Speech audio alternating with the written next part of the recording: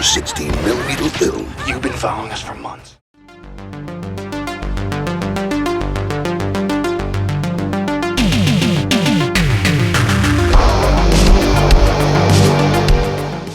We are talking Live Evil from 2009, also known as Samurai Priest Vampire Hunter. And this is directed by Jay Wofel and Mark Terry and stars genre favourite Tim Thomerson along with some small roles for Tiffany Shepis and Ken Foree. Now, this movie, I should explain, was originally made as Live Evil, and then later slightly re-edited, the effects slightly touched up, and some kind of comic book transitions were kind of put in, and then re-released as Samurai Priest Vampire Hunter. So it is kind of the same film, but there's two effectively different versions of it. I think there was a couple of different scenes added as well. But anyway, what is the story?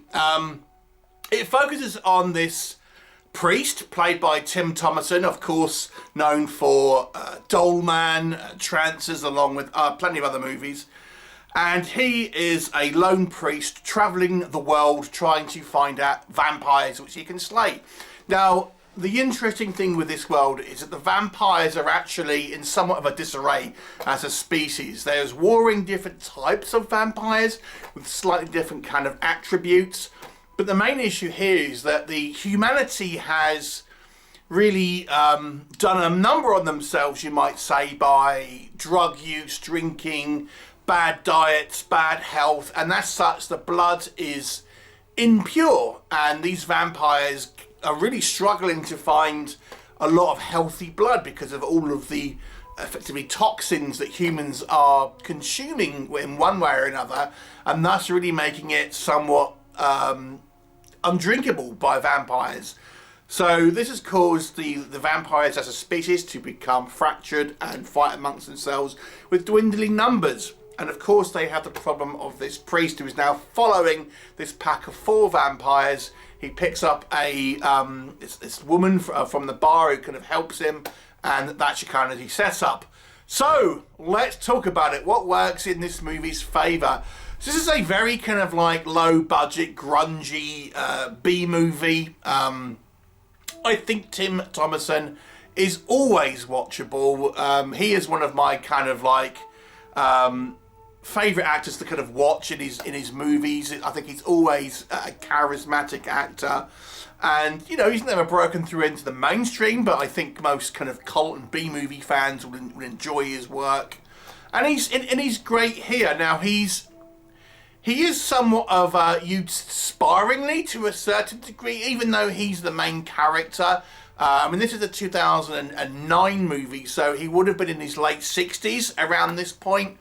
And as such, a lot of the time, certainly when we see like wide angle shots, and especially in action sequences, they use like a body double, and a lot of the time you'll see, you know, him slightly obscured. So they've obviously not had Thomerson for a huge amount of time, you know, but the character is on screen enough, if that makes sense.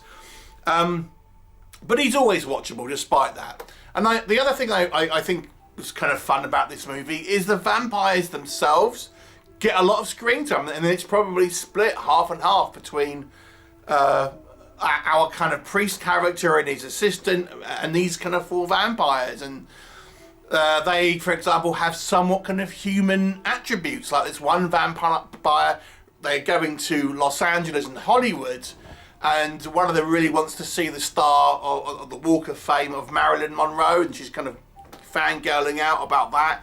So the vampires here are portrayed, you know, to have layers, I guess. They're not just kind of unfeeling monsters, and it's explained that there's different sort of types. You know, that we see a different type of vampire who has like a mouth in their hands, for example. There's other types of vampires who are like traditional vampires who can't go out and, you know, during the day, whilst these are main vampires can.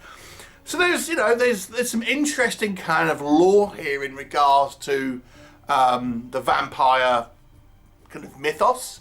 There is some kind of quite amusing kind of character moments, I would say, as well.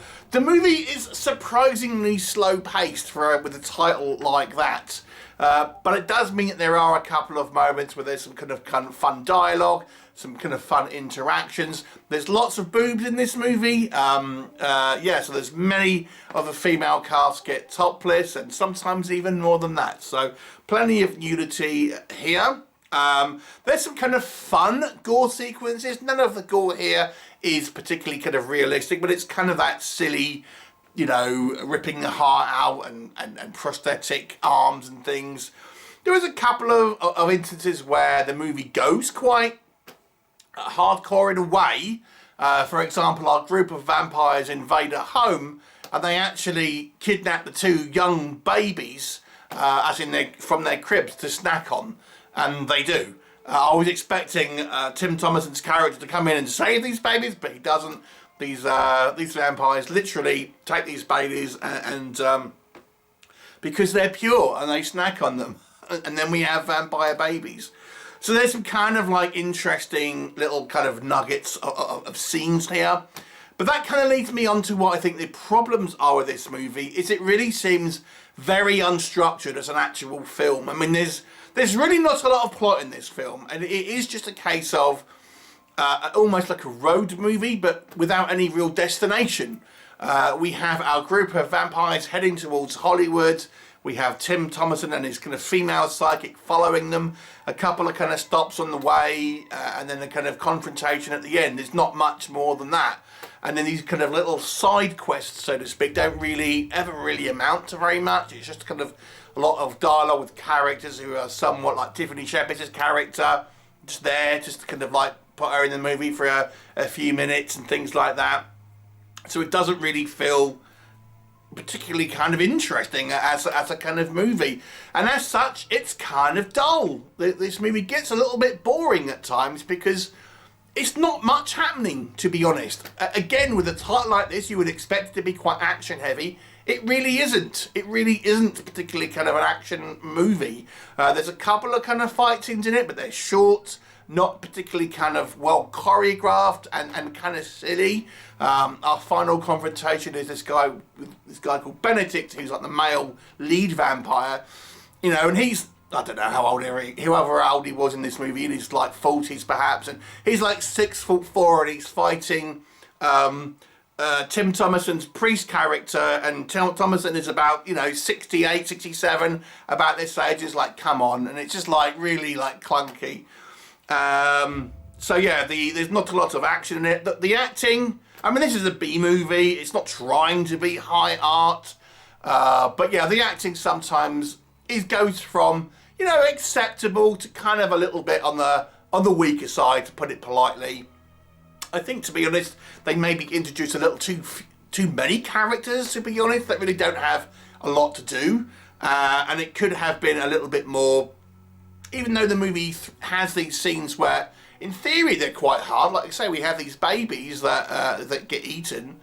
It never really hits, if that makes sense. It never really kind of feels particularly kind of shocking or anything, because it's more played for laughs. But also because it's so lackadaisical and its kind of pacing, it just doesn't really have any real impact on it.